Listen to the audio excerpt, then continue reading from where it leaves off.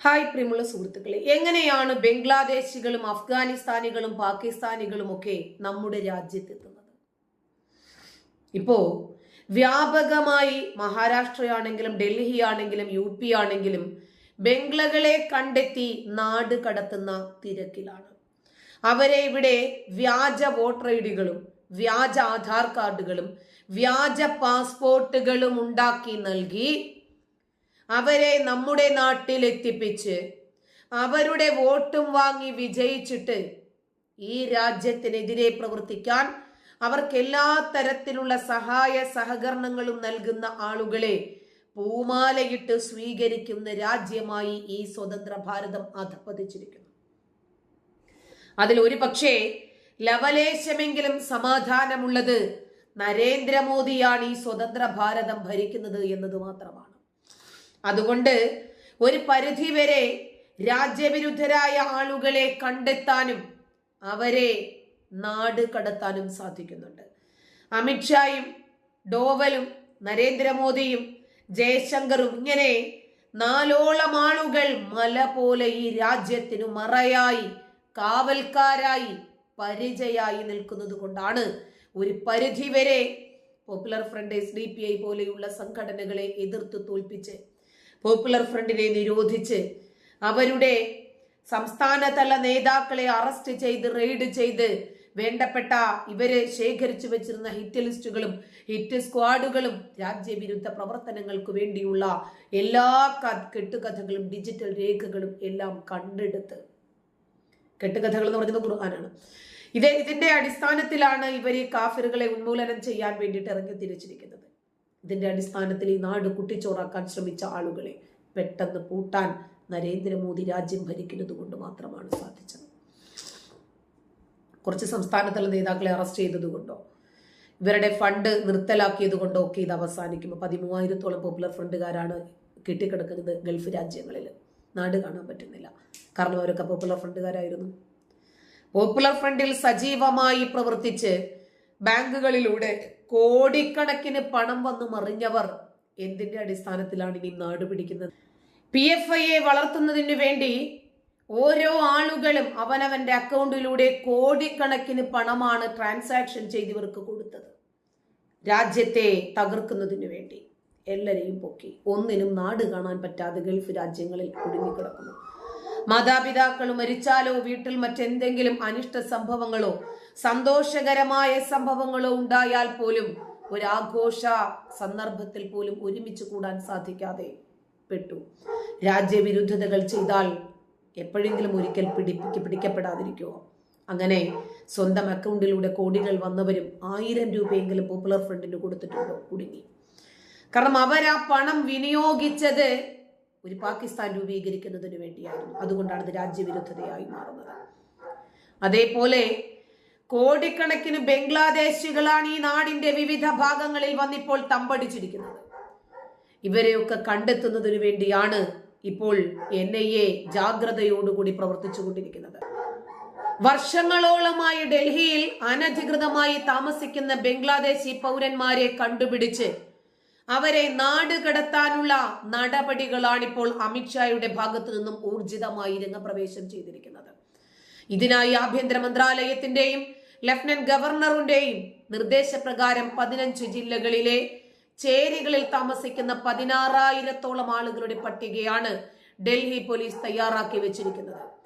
ഇവരിൽ 780 പൗരന്മാരുടെ Aadhaar, voter card തുടങ്ങിയ രേഖകൾ വ്യാജമാണെന്നും പോലീസ് കണ്ടെത്തിയിരിക്കുന്നു.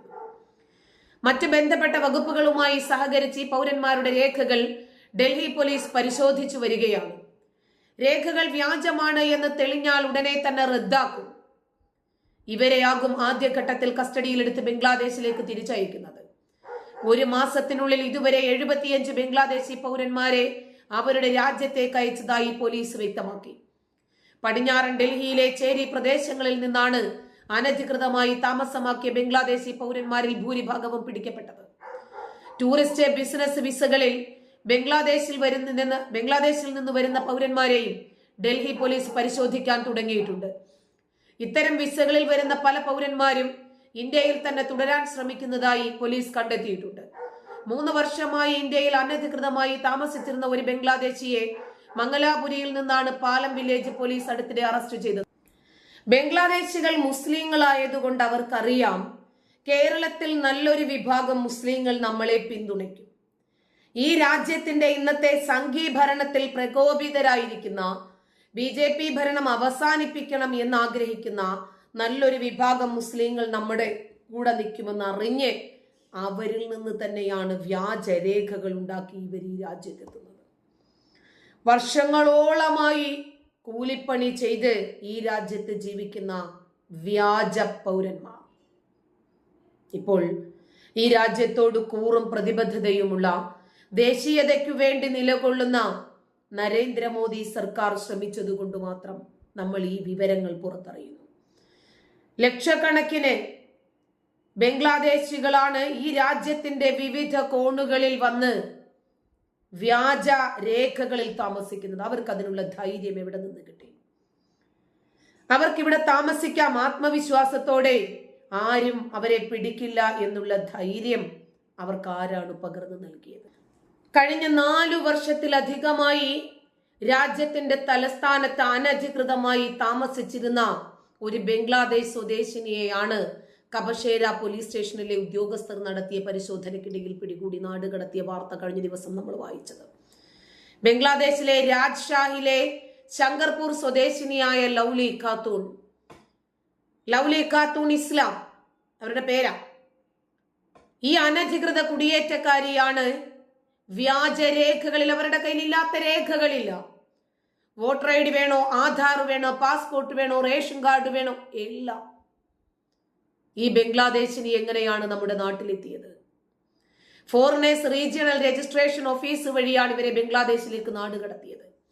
കബശേര പ്രദേശത്തെ അനധികൃത കുടിയേറ്റക്കാരെ കുറിച്ചിട്ടുള്ള വിശ്വസനീയമായ വിവരത്തിന്റെ അടിസ്ഥാനത്തിൽ പാൻ കാർഡും ആധാർ കാർഡും ഉൾപ്പെടെയുള്ള വ്യാജ ഇന്ത്യൻ തിരിച്ചറിയൽ രേഖകൾ യുവതി കൈവശം വെച്ചതായി പോലീസ് കണ്ടെത്തുന്നു.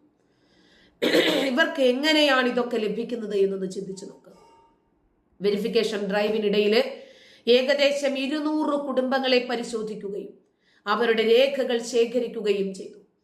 കുടിയേറ്റക്കാർ ഡൽഹിയിൽ അനധികൃതമായി താമസിക്കുന്നതിനെ കുറിച്ചിട്ടുള്ള വർദ്ധിച്ചു വരുന്ന ആശങ്കകൾക്ക് മറുപടിയായിട്ടാണ് ഡ്രൈവ് ആരംഭിച്ചത് പോലും.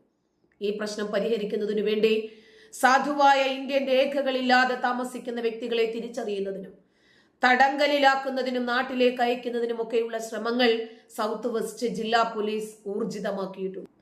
ഒറ്റ നോട്ടത്തിൽ ഇവരുടെ കയ്യിൽ പാൻ കാർഡ് ഉണ്ട്, വോട്ടർ ID ഉണ്ട്, ആധാർ കാർഡ് ഉണ്ട്, റേഷൻ കാർഡ് ഉണ്ട്, പാസ്പോർട്ട് ഉണ്ട്. ഇത് വ്യാജമാണ് എന്ന് എങ്ങനെ തിരിച്ചറിയും? എത്ര പേരെ പോലീസ് ജാഗ്രതയോടുകൂടി പരിശോധിച്ചാലാണ് ഈ വ്യാജന്മാരെ കണ്ടെത്താൻ സാധിക്കുന്നത്? ഒറിജിനലിനെ വെല്ലുന്ന വ്യാജന്മാർ ഇറങ്ങിയിരിക്കുന്ന സാഹചര്യത്തിൽ എന്ത് ചെയ്യും എന്നതൊരു ചോദ്യചിഹ്നമാണ്. നന്ദി.